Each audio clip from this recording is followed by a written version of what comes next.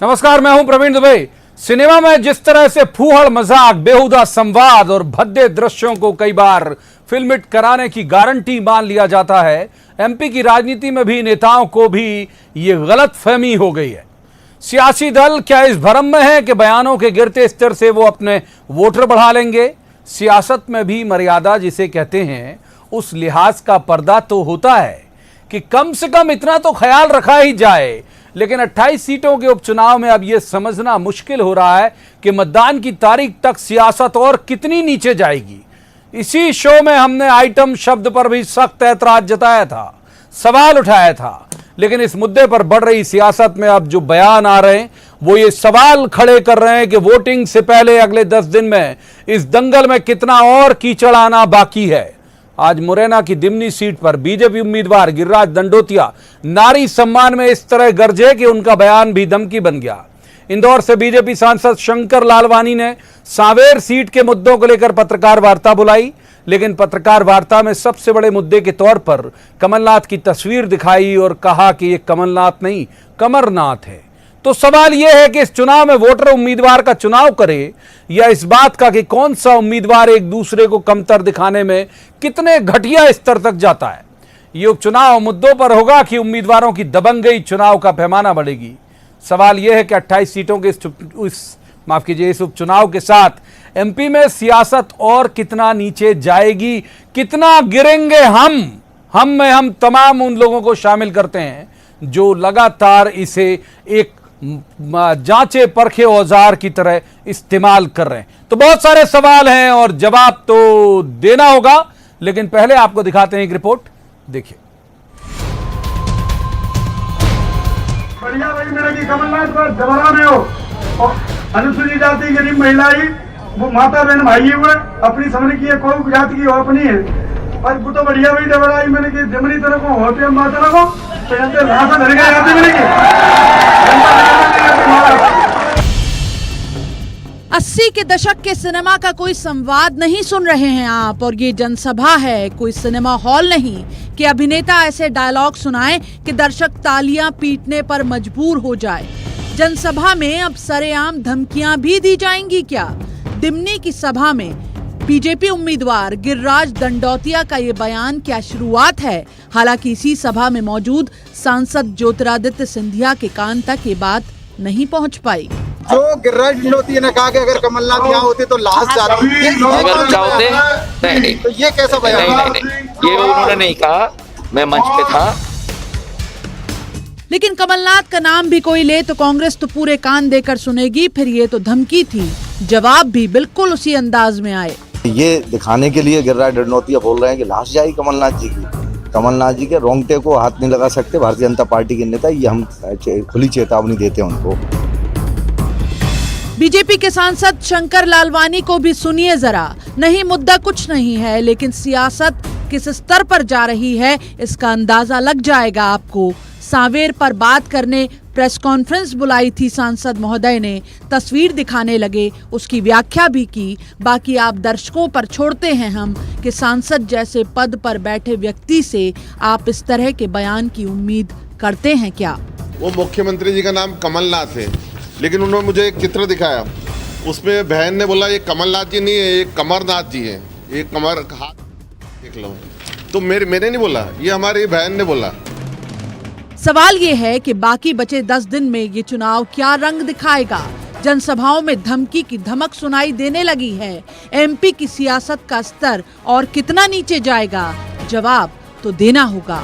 मुरैना में दुष्यंत सिकरवार और इंदौर में अरुण त्रिवेदी के साथ bureau report, news 18 Madhya Pradesh Chhattisgarh. अभी सिर्फ 2 मेहमान हैं हमारे साथ। सबसे पहले उनका परिचय मैं आपसे करा दूं। हमारे साथ है पंकज चतुर्वेदी, बड़े ऊर्जावान प्रवक्ता हैं, बीजेपी में शामिल हो गए हैं। बीजेपी के, माफ कीजिए, कांग्रेस स्लिप ऑफ टंग में निकलने वाला था। स्वागत है पंकज जी का। दूसरे मेहमान दिनेश गुप्ता, बहुत वरिष्ठ पत्रकार हैं, बहुत अच्छे राजनीतिक विश्लेषक हैं। दिनेश जी का भी स्वागत है। पंकज चतुर्वेदी जी का ही रुख करना पड़ेगा। पंकज जी, जो हमारे शो की लाइन भी है, अभी और कितना नीचे जाएंगे हम? अभी तो वक्त है प्रचार में। प्रवीण जी, देखिए, मुझे लगता है कि मीडिया का पूरा अधिकार है कि इस बात की जरूर पड़ताल करे कि चुनाव अपनी जगह है, पर लोकतंत्र में, चुनाव में, राजनीतिक दलों में भाषा और भाषा के स्तर जो है, जिसको हम मर्यादा के स्तर कहते हैं, वो बना रहे। आपने शंकर लालवानी जी का जिक्र किया। शंकर लालवानी जी ने बहुत स्पष्ट तौर पर कहा कि किसी बहन ने उनसे उस शब्द का प्रयोग किया था, जैकलीन फर्नांडीज और सलमान खान की फोटो दिखाकर। गिरिराज दंडोतिया जी के विषय में जो सारी स्थिति है, वो सिंधिया जी मंच पर उन्होंने कहा कि ऐसी कोई बातचीत है कि गिरिराज जी का जो लहजा है वो थोड़ा जो मुरैना की जो लोकल डायलेक्ट है, जिस भाषा में मुरैना बातचीत वो भाषा में है, जिसमें सामान्य तौर पर संवाद में थोड़ी सी उग्रता और आवाज में तीव्रता दोनों नजर आती, क्योंकि मैं भी उसी चंबल का हूँ, उसी क्षेत्र में रहूं, पर भोपाल में अच्छा, ये किस इलाके की भाषा में ये सहज ग्राह है कि यदि मेरे ये शहर में बोले होते या इस इलाके में बोले होते तो लाश जाती, तो ये मतलब ये है क्या? मतलब समझना चाह रहा हूँ कि अगर भाषा की उग्रता है या शब्द मैं वही कह रहा हूँ, मैं समझ नहीं पा रहा हूँ ये क्या है। मैं प्रवीण जी, मैं वही निवेदन कर रहा हूँ आपसे कि ये हर क्षेत्र की बोलने की अपनी जो तरीका है, उस पैटर्न से आक्रोश की व्यक्ति हो। आप बड़े कारण पर जाइए प्रवीण जी कि जिस प्रकार का अपशब्द का प्रयोग कमलनाथ जी ने एक सीनियर दलित महिला राजनेता के लिए किया है, उनकी पार्टी के मालिक राहुल गांधी जी, जो सबसे बड़े नेता कांग्रेस के, उन्होंने कहा कि उन्होंने गलत कहा। उसके बाद कमलनाथ जी माफी मांगने को तैयार नहीं है। इसके चलते कांग्रेस, कमलनाथ कांग्रेस और राहुल गांधी कांग्रेस से मतभेद में बढ़ चुकी है। कांग्रेस के तमाम सीनियर नेता कह रहे हैं कि कमलनाथ जी को माफी मांगना चाहिए। कोई भी ठीक है पंकज जी, दरअसल बीजेपी में जाने के बाद उनकी व्यस्तता बढ़ गई है। 2 दिन हमने इस पर डिबेट की थी, 2 दिन आइटम शब्द पर 2 दिन डिबेट की थी पंकज जी, 2 दिन तक आइटम पर डिबेट की थी, शायद आप देख नहीं पाए। दिनेश गुप्ता जी का रुख कर लेते हैं। दिनेश जी, ये जो भाषाई मर्यादा, आप कई बार हमारे साथ जुड़े इसी टॉपिक पे और ये आइटम से पहले भी आप जुड़े थे, ये जो भाषाई मर्यादा टूट रही है, ये वोटर हतप्रभ नहीं होगा? जब हम आप हतप्रभ हैं, हम लोगों को पता है कि मुद्दे क्या हैं इलेक्शन में और होने चाहिए, तो जिन्हें वोट करना है अपने नेता को, उनको तो पता है कि उनका एजेंडा क्या है। दिनेश गुप्ता जी। बिल्कुल प्रवीण जी, वोटर हतप्रभ है या इसको एंजॉय कर रहा है, मजे ले रहा है कि किस तरह से नेता लोग लड़ रहे हैं, किस तरह की भाषा का उपयोग कर रहे हैं। नाराज भी हो सकता है, बेसिकली हाँ, नाराज भी हो सकता है, क्योंकि जो आप जब वोट डालने जाएगा तो उसके दिमाग में बहुत सारे इश्यूज होते हैं। मतलब नेताओं की भाषा भी उसमें कितना असर डालती है, ये तो कभी इस बारे में सर्वे तो हुआ नहीं, लेकिन आप देखेंगे कि जो भाषा है वो लगातार जो है ज्यादा तीखी तो नहीं है, इसको तीखी तो नहीं कहेंगे, कटाक्ष वाली या जो है आपको जलील करने वाली इस तरह की जो भाषा है, या धमकाने वाली जो भाषा है, जिस गिरिराज दंडोतिया के बयान का जिक्र आप कर रहे थे, तो इस तरह की जो भाषा है वो आमतौर पर हमारे चुनाव में उपयोग नहीं होती और ना ये कोड ऑफ कंडक्ट के तहत आती है कि आप जो है कोड ऑफ कंडक्ट में आप सम्मानजनक भाषा का उपयोग करिए, वही आता है। आप ये भी नहीं कह सकते कि किसी की का चरित्र हनन करें। जिस तरह से हमने देखा कि आइटम पर इतना बवाल मचा हुआ है, वो आइटम हम आगे कितना ले जाना चाहते हैं। मुझे लगता है कि जो आइटम से जो चीजें उत्पन्न हुई है वो उसने सारी सीमाएं पार कर दी है। अब राजनीतिक दलों को ये सोचने की जरूरत है कि हम कैसे वापस जो है एक दूसरे से जो विकास का मुद्दा है या जो दूसरे क्षेत्रीय मुद्दे होते हैं, आपने किसी भी क्षेत्र में ये नहीं सुना होगा यदि चंबल में कोई सभा हो रही है किसी भी नेता की, मुख्यमंत्री की हो या कमलनाथ जी की हो, तो वो चंबल के विकास को लेकर कोई कमिटमेंट कर रहा हूं ऐसा वहां नहीं सुनाई देता। लेकिन आस्तीनें चढ़ी हुई दिख रही हैं, जवान भिड़ी हुई दिख रही है, भवें तड़ी हुई है। ऐसा लग रहा है कि जो रंजिशाना चुनाव है ये, मतलब ऐसा आसान चुनाव नहीं है, इसमें जो है आगे अभी बहुत सारे दिन है, पता नहीं कि रंजिशाना चुनाव, बहुत अच्छा वर्ड इस्तेमाल किया दिनेश गुप्ता जी ने, बहुत अच्छा वर्ड इस्तेमाल किया। तीसरे मेहमान का रुख कर लेते हैं भूपेंद्र गुप्ता जी, स्वागत के साथ, कांग्रेस के वरिष्ठ नेता हैं, प्रवक्ता भी हैं। भूपेंद्र जी, आपके जुड़ने से पहले हम इसी मसले पर बात कर रहे थे कि आइटम पर भी हमने 2 दिन डिबेट करी। आज जो लगातार कमलनाथ जी पे कई तरह के कमेंट आए और बहुत आपत्तिजनक कमेंट आए, तो इस सब गिरती हुई भाषाई मर्यादा को लेकर क्या कहना है आपका? आप जुड़ नहीं पाए थे, लिहाजा पंकज जी की बात आप तक पहुंचा देता हूं। वो कह रहे हैं भाई ग्वालियर चंबल में थोड़ा सा तेज होता है लोगों के स्वर में, इसलिए निकल गया होगा। भूपेंद्र जी।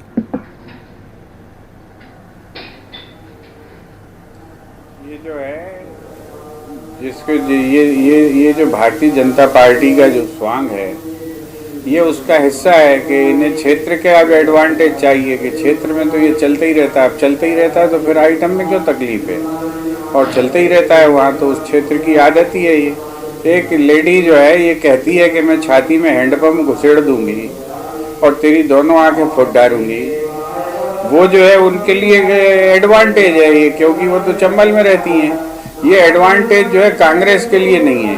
आज में समस्या है सबसे बड़ी ये है कि भारतीय जनता पार्टी का जो चरित्र है वो इतना दोहरा और दोमुहा है कि जो है इनका पूर्व अध्यक्ष कहता है नंद कुमार चौहान कि कमलनाथ आतंकवादी है, इनका मुख्यमंत्री कहता है वो सुन रहे कमलनाथ, और इनका जो है नरेंद्र सिंह तोमर कहते हैं कि कांग्रेसियों पर टूट पड़ो, ईंट का जवाब पत्थर से दो, फेंको इनके ऊपर, और जो है आज कह रहा है कि साहब जो है मैं लाशें बिछा दूंगा। ये राजनीति को किस दिशा में ले जा रहे हैं? और ये ढोंगी लोग जो है कल कैसे रो रहे थे परसों वहां जो है 5 करोड़ का जो टेंट तंबू लगाकर।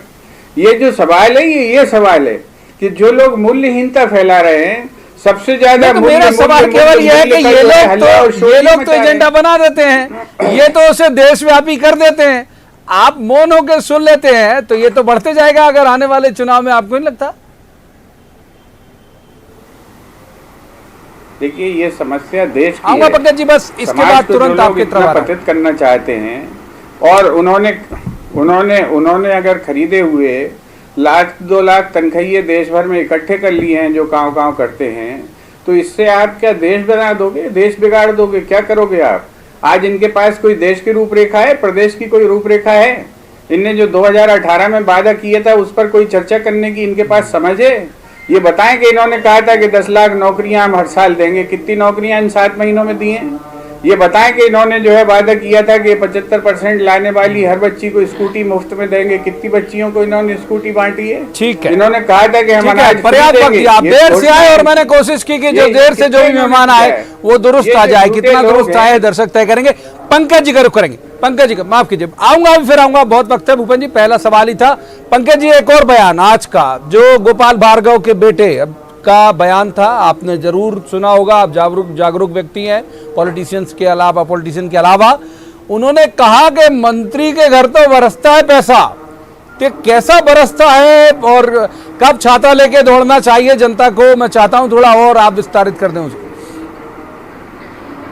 जी पहले तो मैं रूपरेखा पर बात करूं कि सब लोगों ने कांग्रेस की, कमलनाथ जी की सरकार का, छोटे मियां बड़े मियां की सरकार का रूप देखा है 15 महीने में, और 15 महीने में किस प्रकार इन्होंने अपने वचन पत्र की अवहेलना करी और इसीलिए एक नकली वचन पत्र लाए 50 बिंदु का, उस पुराने वचन पत्र की बात नहीं करी। और अब तो प्रवीण जी कांग्रेस से कोई आता है तो हम पूछते हैं उनसे कि पहले ये है कौन सी कांग्रेस से, कमलनाथ कांग्रेस के कि राहुल गांधी कांग्रेस के? क्योंकि जिस मुद्दे पर बातचीत हो रही है, आइटम को लेकर बातचीत हो रही है, उस पर राहुल गांधी जी का स्पष्ट तौर पर उसका स्पष्ट, अरे गुप्ता जी सुन लो, आप काय अपमानित होते हो, मेरी बात सुन लो, उसके वचन पत्र की, हमारे वचन पत्र की चर्चा मत करो, सुन लो, पहले जो नया मायका है उसके वचन पत्र की चर्चा करो, जवाब दो उसका। कांग्रेस के गुप्ता जी, हम तो कांग्रेस के, कमलनाथ कांग्रेस के, कांग्रेस में, आरएसएस इंडिया कांग्रेस के, असली कांग्रेस, ओरिजिनल कांग्रेस में, आइटम कांग्रेस में, आपकी तरह, अरे कमलनाथ की आइटम कांग्रेस नहीं है, कौन सी कांग्रेस के हो? हम आपकी तरह पलटूराम नहीं है, गुप्ता जी आपकी तरह पलटूराम नहीं है। माफी मंगवा कमलनाथ से, जो नया मायका है आप उसके वचन पत्र की चर्चा करिए। आपका जो नया मायका है उसके वचन पत्र भी नया हो जाता है, ये बड़ी बात है। अब आपको शर्म भूपेन जी अब मूल मुद्दे पे पंकज जी वक्त दिया आपको, आपकी बात का विस्तार आप कर सकें, इसके लिए मूल मुद्दे पे भूपेन जी, मूल मुद्दे पे पंकज जी गोपाल भार्गव के बेटे, पंकज जी गोपाल भार्गव वरिष्ठ मंत्री है, उनके बेटे के बयान पर दिया जाते हैं। दोनों तीनों मुद्दे में तो दिन भर के मुद्दे इकट्ठे करके शाम को बहस करता हूँ उसी मुद्दे पर। पंकज जी गोपाल जी के बेटे पर, अरे गुप्ता जी कौन सी कांग्रेस क्यों, पहले ये बताओ। तो मैं अब तीसरे मेहमान की तरफ चलूंगा, फिर आऊंगा। पंकज जी थोड़ा सामान हो लीजिए, आप भी और भूपेन जी भी। दिनेश गुप्ता जी का रुख करूंगा, माफ कीजिए, दोनों को रोक के दिनेश गुप्ता जी का रुख करूंगा।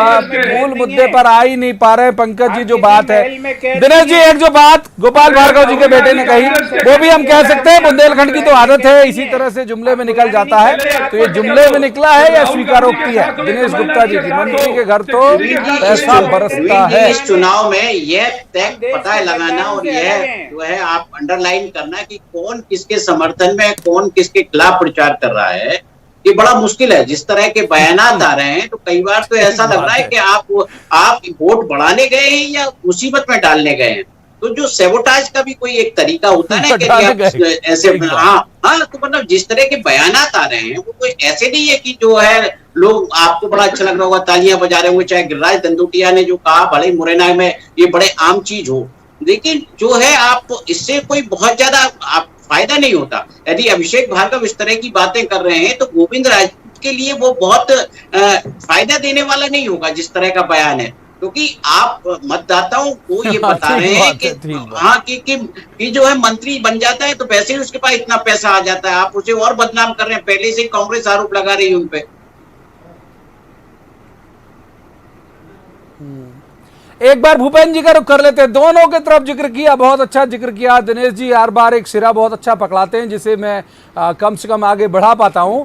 भूपेंद्र जी, ये भाव निकल के आ रहा दिनेश जी की बात में कि आपके ही अपने लोग हैं, गुलाब जामुन के अंदर कुनैन फंसा के वोटर को खिला रहे हैं, वो कड़वाहट बाद में पता चलती है। फिर जैसे आपके दिनेश गुर्जर जी का मैं जिक्र कर लूं, उन्होंने ही कहा था भूखा नंगा, और समझ नहीं आया कि मुरैना से टिकट नहीं मिलने की नाराजगी थी या क्या था। ऐसे ही गोविंद राजपूत वाला पंकज जी से ही पूछूंगा। भूपेंद्र जी, देखिए, हम तो जो है अभिषेक भार्गव जी के आभारी हैं कि उन्होंने जो है ये पोल खोली के कित्ते में बिके थे और वो पैसा बांट क्यों नहीं रहे, घर में छुपा के रख लिया, ये तो उन्होंने बता दिया, उनके आभारी। हम तो नरेंद्र सिंह तोमर जी के भी आभारी हैं जो कह रहे हैं कि सिंधिया अभी जो है रंग ढंग नहीं सीख पाए हमारी पार्टी के, इसलिए उनकी गाड़ी यार्ड में खड़ी करनी पड़ी, वो जो पैसेंजर चलाई थी हमने। तो ये जो है तो ये हमें समझ में आया ये तो। और हम नए माई के बालों के भी आभारी हैं जो जितने जोर से चिल्लाते हैं हमारी 10 वोटें बढ़ जाती हैं। जिन्होंने कमलनाथ जी को आईना दिखाया, नए माई के बालों के भी हम आभारी हैं, जितनी जोर से चिल्लाएंगे हमारी बढ़ती जाएगी। मैंने इसलिए सवाल पूछा आप वोट चिल्लाइए आनंद से, राहुल गांधी कांग्रेस के, कमलनाथ कांग्रेस के, आप गुलामी करिए आनंद के साथ। राहुल गांधी कांग्रेस के, कमलनाथ कांग्रेस के, गुलामी कोई अलग कांग्रेस बन गई आपकी। आप जो है राहुल गांधी कांग्रेस के, कमलनाथ कांग्रेस के, हम नहीं करेंगे। राहुल गांधी ने आजादी के आंदोलन के परिवार हैं, कमलनाथ जी को समझ नहीं आया, आपकी तरह राहुल गांधी ने आईना दिखाया, फिर भी कमलनाथ जी को समझ नहीं आया, माफी मांगना चाहिए। कौन सी कांग्रेस क्यों, स्पष्ट कर दो। राहुल गांधी के साथ हो, कमलनाथ के साथ आपने राहुल गांधी के शोर बढ़ने से वोट बढ़ती होगी, लेकिन हमारे दर्शकों की नाराजगी भी बढ़ जाती है। दर्शक शोर पसंद नहीं करते, खासतौर पर हमारे इस डिबेट के शो में। पंकज चतुर्वेदी, वही सवाल, माफ कीजिए, वही सवाल लेकर रहा हूं, एक बार वोटर को समझने तो दीजिए, उसको आपका विजन, आपका नजरिया, नजर अंदाज सब पता चले। पंकज चतुर्वेदी, वही सवाल कि क्या गुलाब जामुन के अंदर कुनैन खिला रहे हैं ये नेता आपके जो वोट बरसते हैं, जैसे दिनेश जी का भी ऑब्जर्वेशन है कि इसमें तो बदनामी हो रही है आपके मंत्री जी की। भाई प्रवीण जी, अभिषेक भार्गव के जिस वीडियो का आप जिक्र कर रहे हैं वो आपने रिकॉर्ड करवाया, मतलब न्यूज 18 उसकी सत्यता की पुष्टि करता है, प्रामाणिकता है आपके पास उसकी वीडियो की? आप ये कह रहे हैं यदि वो वीडियो सत्य है, नहीं, वो वायरल वीडियो है, बेशक कोई एडिटिंग नहीं, कोई चर्च, तो सर वायरल वीडियो तो प्रवीण जी वायरल है, वायरल है सर, वायरल है। मैं झाड़ू लगा दी उस पर, बोलिए कुछ। प्रवीण जी, वायरल प्रवीण जी, मैं वही आग्रह कर रहा हूं आपसे कि ये बहुत बड़ा मंच है न्यूज 18 का मंच। हालांकि पंकज जी उन्होंने कहा था कि लोकल पत्रकार वहां सामने बैठे हुए थे, आप अगर चाहेंगे तो मैं उसे अरेंज कराऊंगा ओरिजिनल, अगर आप उसके बाद जवाब देना चाहेंगे तो, हालांकि वक्त लगेगा, इस शो तक तो नहीं करा पाऊंगा, लेकिन यदि कहा पे बात कर लीजिए, हम अरेंज करा लेंगे। प्रवीण जी सुन तो लीजिए सर, आप भी भूपेंद्र गुप्ता जी सर, मैं निवेदन कर रहा हूं आपसे प्रवीण जी कि मैंने वो वीडियो देखा है सर, मैंने वो वीडियो सुना है, आपसे आग्रह कर रहा हूं दिखा पा रहे हैं सर, मैं ये आपसे आग्रह कर रहा हूँ प्रवीण जी कि क्या हमारे और आपके पास उस वीडियो की सत्यता की पुष्टि है? ये गारंटी है कि आपके साहब की वो गारंटी है कि वो मॉर्फिंग नहीं करी हुई है, उसमें छेड़छाड़ नहीं है, जो अभिषेक भार्गव जी कह रहे हैं वो सत्य है। तो जो प्रवीण जी सूत न कपा, जुलाओं में लठम लटा की स्थिति, न सच का पता न झूठ का पता, न प्रमाणीकरण नहीं, और उसके आधार पर हम गुलाब जामुन, कुनैन, मीठी गोली, कड़वी गोली, तमाम सारी बातें करें, ये उचित नहीं है।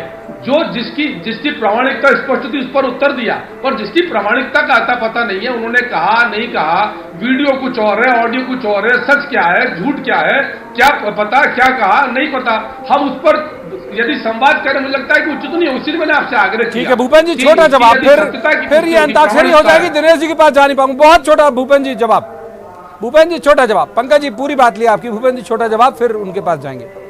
प्रवीण जी, पाखंड के छिलके प्याज की तरह उतरते जाते हैं। इन्हें मालूम नहीं है कि अभिषेक भार्गव ने खुद अपने ट्विटर हैंडल से उसको ट्वीट किया है उस वीडियो को, और ये कह रहे हैं कि साहब पता ही नहीं वो अनऑफिशियल उल्टा सीधा। ये जो है ये झुटेले जो है, झुटेले राम जो है, झुटेले राम, मेरे पास स्क्रीनशॉट है, मैं भेज दूंगा, स्क्रीनशॉट है आपको। ये झुटेले जो है ये कितनी जल्दी ट्रेंड हो गई अपनी नई समाज में। कलात्मकता भी रोकूंगा, आप दिनेश गुप्ता जी को करूंगा। दोनों में अंताक्षरी खिला दी बैठ के और मैं जज बन गया। दिनेश गुप्ता जी, तीसरे मेहमान, माफ कीजिए अब बस पर्याप्त वक्त दिया। तीसरे मेहमान दिनेश गुप्ता, दिनेश जी का रुख करूंगा। दिनेश जी, मुद्दे हैं इस चुनाव में, हम लगातार देख रहे हैं, देखिए कितने सारे मुद्दे हैं, उसे एड्रेस ना तो भाजपा कर रही ठीक से, ना कांग्रेस कर रही ठीक से। एक दिन कांग्रेस आक्रामक, एक दिन भाजपा आक्रामक, और इस तरह से जो दिन की अगन है वो बुझ जाती है शाम होते तक। दिनेश गुप्ता। बिल्कुल प्रवीण जी, देखिए जो मैंने आप शुरुआत में ही कहा कि मुद्दों पर कोई बात नहीं कर रहा। ये जो असामान्य चुनाव, असामान्य अवस्थाएं वो जो हुई है, वो किस हद तक जो है हम ये देख रहे हैं कि जो जुबानी जंग चल रही है वो कहाँ पहुंच चुकी है।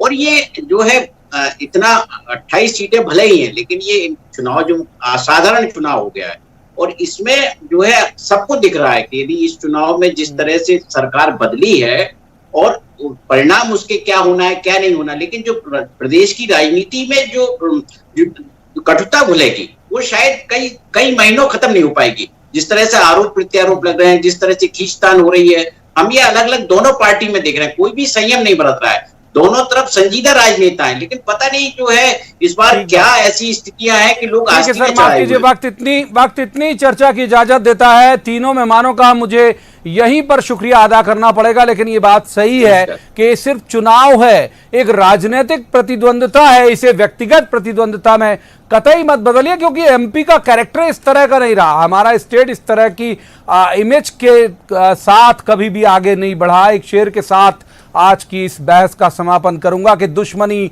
जम कर करो, मगर ये गुंजाइश रहे कि जब कभी दोस्त बनो तो शर्मिंदा ना होना पड़े। तो आज की इस चर्चा में इतना ही। कल किसी खास मसले पर खास पैनल के साथ बैठेंगे और कहेंगे जवाब तो देना होगा। तब तक आप देखते रहिए न्यूज़ 18 मध्य प्रदेश छत्तीसगढ़।